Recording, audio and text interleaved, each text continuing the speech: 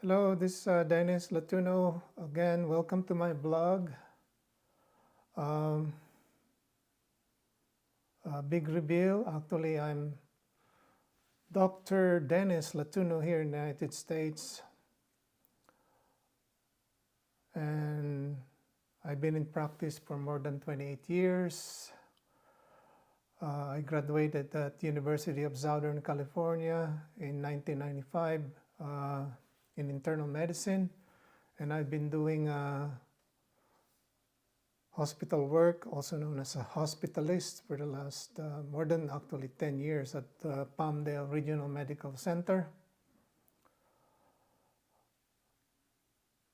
And here I'm known as Dr. Bond, James Bond, because initially they don't know how to pronounce my last name. When they call me in the hospital, they call me Dr. Latino, and I'm not a Latino, I'm a Filipino. And sometimes they call me Dr. Latubno, and I'm not Russian, I'm 1% Portuguese. So I told the nursing staff there, from now on, call me Dr. Bond. That's how I got my name. And now I'm going to be discussing about diabetes. And disclaimer alert, I'm not going to be able to discuss everything about diabetes. And since medicine is always advancing in treatment, so not all of my discussion will be up to date. Also, since I have a lot of Filipino followers, I'm going to be talking also in Tagalog after each segment so that they'll understand what I'm saying. So let's go on. Diabetes is a worldwide disease. There's about 535 million people who have diabetes. In the United States alone, there's about 34 million plus, and in the Philippines, about 8.3 million plus that are diabetic. And the clinical presentation of diabetes are usually they urinate a lot. Sometimes they they urinate a lot. They have an increased appetite, they have blurred vision and fatigue. So, ang mga manifestation ng diabetes ay ihi ng ihi, palaging nagugutom, malabong paningin, at parang pagod palagi. There's two types of diabetes, major type, type 1 and type 2. I'm not going to be able to discuss the other variants of diabetes in type 1, type 2, especially gestational diabetes. So type 1 is usually an autoimmune, meaning it destroys the beta cell of the pancreas, so they don't have insulin, and they're young and normal body weight, and insulin treatment is needed right away. Type 2, usually they're 35 years old and above, they're overweight, obese, and has strong family history. So sa type 1, usually wala silang insulin, so kailangan kaagad gamutin ng insulin, and usually nakikita to sa mga bata. And sa type 2 naman, sa mga matatanda to, at mga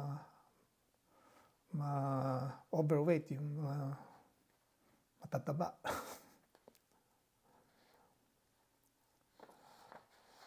To diagnose diabetes, yung fasting blood sugar mo dapat is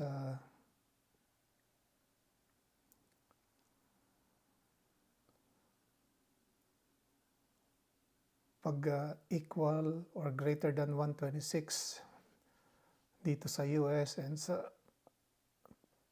other countries like Philippines, 7 millimole per liter. Ang random plasma glucose mo naman na test is equal or greater than 200 milligram per deciliter, 11.1 millimole sa Philippines. Ang hemoglobin A1C mo is equal or greater than 6.5%. So yun ang mga criteria to diagnose diabetes.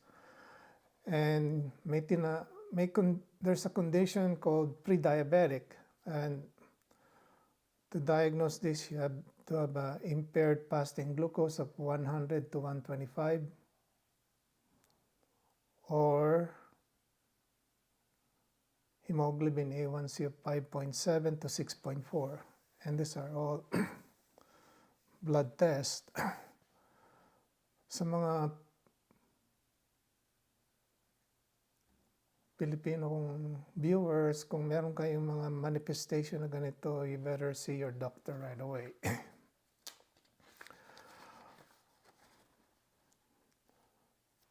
Now, the goal of treatment for diabetes for both type 1 and type 2 are the same. Usually, hemoglobin A1C of less than 7%, or if tight control, less than hemoglobin A1C of less than 6.5%.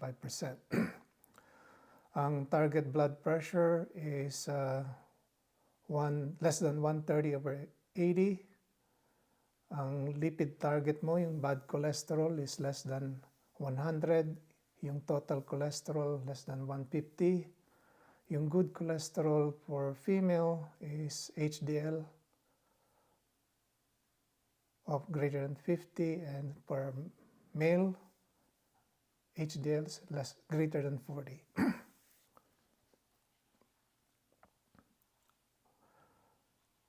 Now we're going to go to treatment of type 2.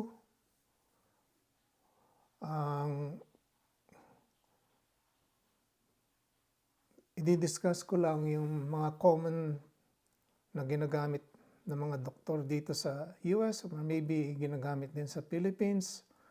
Ang number 1 is yung mga sulfonylurea, which is a glyburide, glipizide, glipizide. I'm not going to discuss the dose or mechanism of action of these drugs.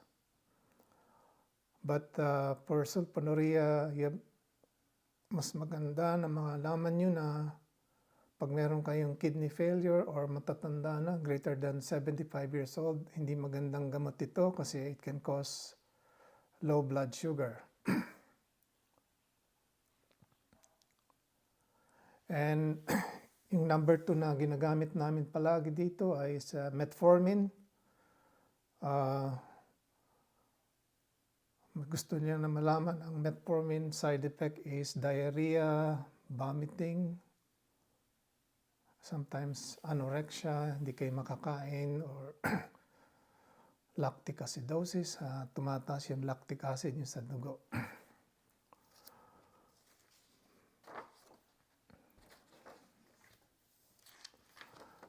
Tapos, ang pangatlo na ginagamit din palagi yung Actos or pioglitazone. Ang common side effect nito is namamaga yung paa, heart failure, or pwedeng mayroong fracture sa mga babae. So Actos can cause edema, heart failure, fracture in the female as a side effect. And isa pa sa common na ginagamit dito yung DPP4 inhibitor like Januvia, Onglyza, Tradjenta. Ang major side effect nito, pancreatitis, heart failure, diarrhea. And yung pang-apat, yung pinaka-paborito ng ibang mga pasyente ay ang GLP-1 agonist. Dito sa US is called Byetta, Victoza, Trulicity, Ozempic.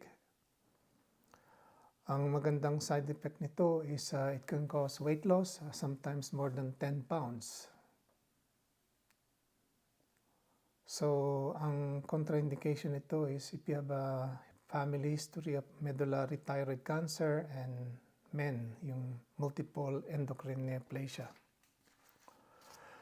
And lastly, sa mga common na bagong gamot na ginagamit ngayon, ang SGLT2 inhibitor. Yun dito sa US, tinatawag na Farxiga and Jardiance. And pangatlo, Invokana. Ang major side effect nito is UTI, acidosis, and hypotension, meaning low blood pressure. Sometimes infection sa genital area ng mga fungus. At itong Farxiga, Jardiance, ngayon ay ginagamit na sa congestive heart failure. So kaya kung may heart failure kayo, you can also use this Farxiga at Jardiance, okay? And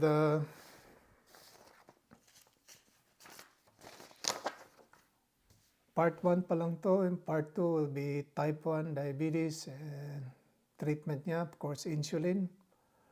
So, welcome to my channel. Now, I'll be vlogging mostly medical conditions that are common, like hypertension, COPD, etc. I hope you like what I told you today and learn from it. And see you next time on my next vlog. Don't forget to subscribe and like. Bye.